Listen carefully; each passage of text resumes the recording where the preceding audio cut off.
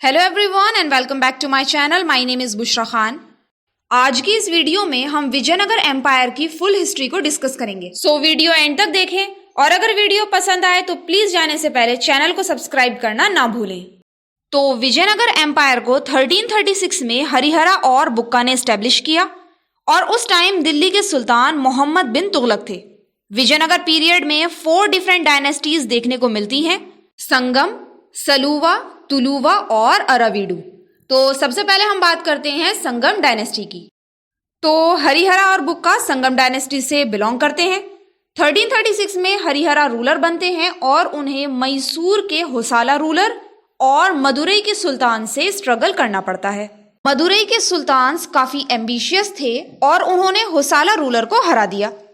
होसाला kingdom के खत्म होने पर हरिहरा और बुक्का ने अपने छोटे से राज्य को बढ़ाना शुरू कर दिया और 1346 में पूरा होसाला किंगडम विजयनगर रूलर्स के अंडर आ गया।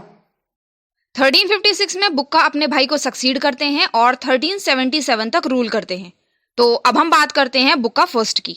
जब विजयनगर एम्पायर का राइज हुआ तो साउथ और नॉर्थ में बहुत से राइवल्स भी सामने आए।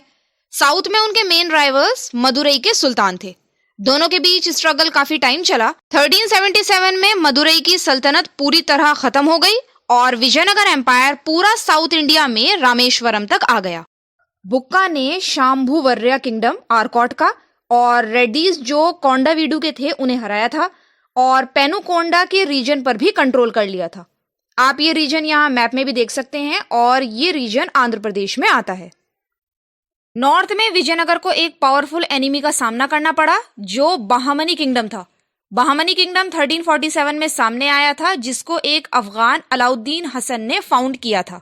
अब क्या होता है कि विजयनगर और Bahmani rulers 3 areas Tungabhadra Doab, Krishna Godavari delta और मराठावादा कंट्री के लिए आपस में लड़ पड़े। अब ये दोनों इन तीनों एरियाज पर क्यों कंट्रोल करना चाहते थे मैं आपको बताती हूँ। तुंगभाद्रा दोआब जो 30,000 स्क्वायर किलोमीटर में था, यहाँ काफी इकोनॉमिक रिसोर्सेज थी। कृष्णा गोदावरी डेल्टा बहुत फर्टाइल था और यहाँ पर बहुत से पोर्ट्स भी थे। मराठावादा कंट्री में कोंकण एरिया एक्सट्रीमली फर्टाइल था और इसमें गोवा का पोर्ट भी आता था और यहाँ पर ईरान और इराक से हॉर्सेज इंपोर्ट किए जाते थे। और आप जानते ही होंगे कि उस टाइम रूलर्स के लिए गुड क्वालिटी ऑफ हॉर्सेज कितने इंपॉर्टेंट थे। विजयनगर और बहामनी किंगडम दोनों आपस में लगातार लड़ते ही रहते थे और इससे लाइफ और प्रॉपर्टी का काफी नुकसान होता था। 1367 में बुक्का फर्स्ट क्या करते हैं कि वो तुंगभाद्रा दोआब में मुदकाल फोर्ट्रेस पर अटैक कर देते हैं और हिस्टोरियंस के अकॉर्डिंग उन्होंने एक आदमी को छोड़कर जितने भी सोल्जर्स वहां पर स्टेशन्ड थे उन सबको मार दिया। जब ये न्यूज बहामनी सुल्तान के पास गई तो वो बहुत गुस्सा हुए और विजयनगर पर अटैक कर दिया और पहली बार बहामनी सुल्तान इतना अंदर तक विजयनगर टेरिटरीज में एंटर हुए थे। बहामनी सुल्तान ने विजयनगर किंग को हरा दिया और भगा दिया। ये लड़ाई काफी मंथ्स तक चली और फाइनली दोनों साइड्स थक गई और पीस ट्रीटी करी, जिसके हिसाब से जो दोआब रीजन था वो दोनों ने आपस में बांट लिया। बुक्का फर्स्ट के बाद हरिहरा सेकंड रूलर बनते हैं। तो अब हम बात करते हैं हरिहरा सेकंड की। हरिहरा सेकंड ने 1377 से 1404 तक रूल किया है। अब जैसा कि हमने डिस्कस किया था कि विजयनगर ने मदुरई की सल्तनत को पूरी तरह से खत्म कर दिया।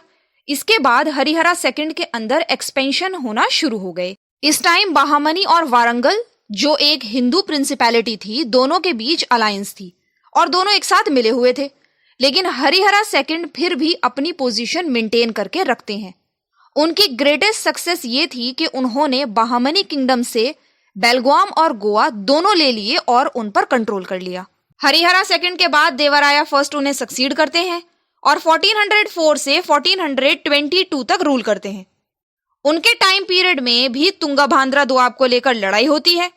देवराया को बहामनी रूलर फिरोज शाह हरा देते हैं और देवराया को अपनी बेटी की शादी फिरोज शाह से करनी पड़ती है। लेकिन ये पहली पॉलिटिकल मैरिज नहीं थी जो साउथ इंडिया में हुई। इससे पहले भी केरला के रूलर अपनी बेटी की शादी फिरोज शाह से करते हैं। माना जाता है ये क्वीन फिरोज शाह की फेवरेट थी। लेकिन ये मैरिज अलायंस विजयनगर और बहामनी किंगडम में पीस नहीं ला पाई और कृष्णा गोदावरी बेसिन के लिए लड़ाई होती रही।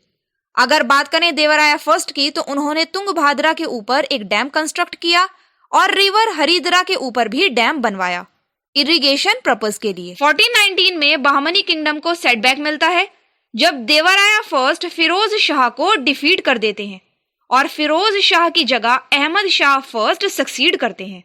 1425 में देवराया सेकंड विजयनगर के रूलर बनते हैं। तो अब हम बात करते हैं देवराया सेकंड की। तो देवराया सेकंड 1425 से 1446 तक रूल करते हैं और वो विजयनगर के ग्रेटेस्ट रूलर माने जाते हैं। फेरिश्ता जो एक हिस्टोरियन है, उनके अकॉर्डिंग देवराया सेकंड को लगता था कि बहमनी आर्मी की सुपीरियरिटी उनके स्ट्रॉन्ग हॉर्सेस और आर्चर्स की वजह से है और इसीलिए उन्होंने 2000 मुस्लिम घुड़सवार को जागीर दी और अपने हिंदू सोल्जर्स को उन मुस्लिम्स से तीरंदाजी सीखने को कहा।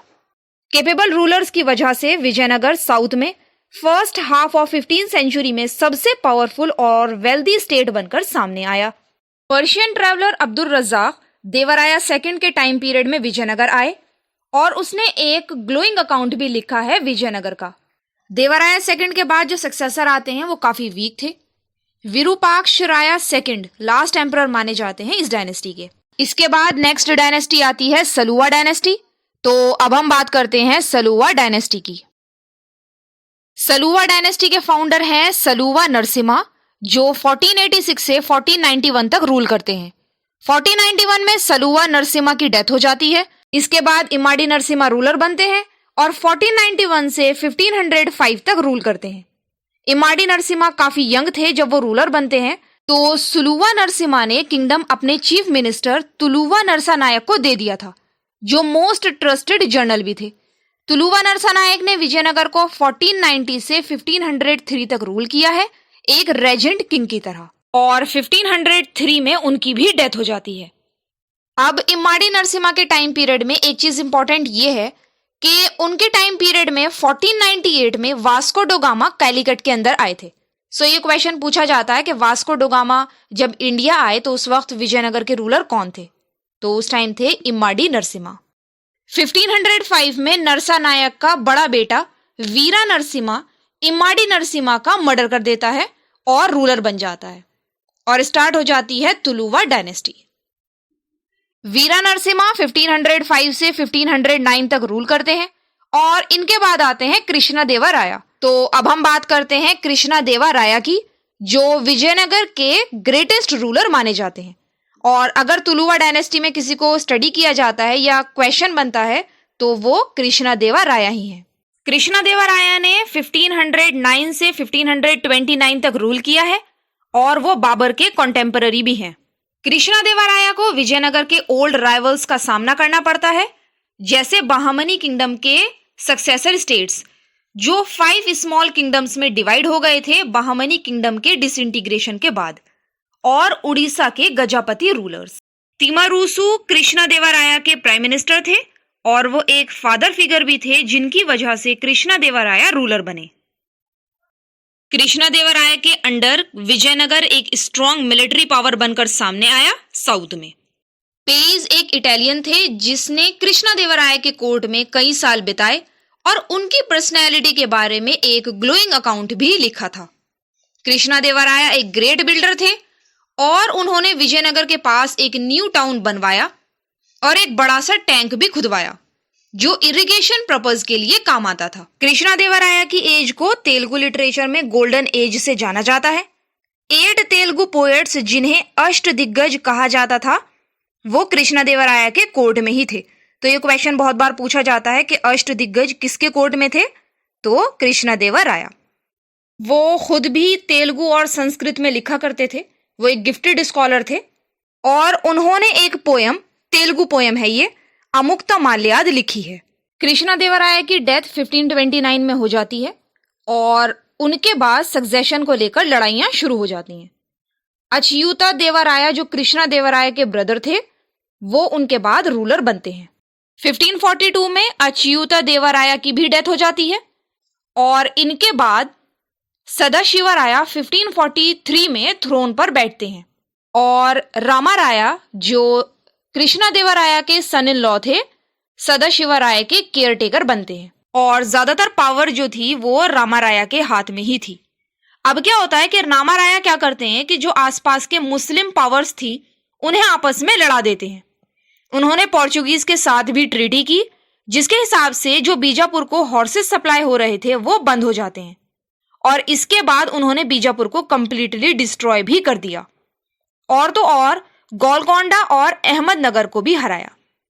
अब क्या होता है कि ये पावर्स आपस में कंबाइन हो जाती हैं और विजयनगर को तालीकोट के पास बानीहाटी में क्रशिंग डिफीट देती हैं। इस बैटल को बैटल ऑफ तालीकोट या बैटल ऑफ राक्षसा तांगड़ी भी कहा जाता है। इसके बाद क्या होता है कि रामाराया को पकड़ लिया जाता है और मार दिया जाता है।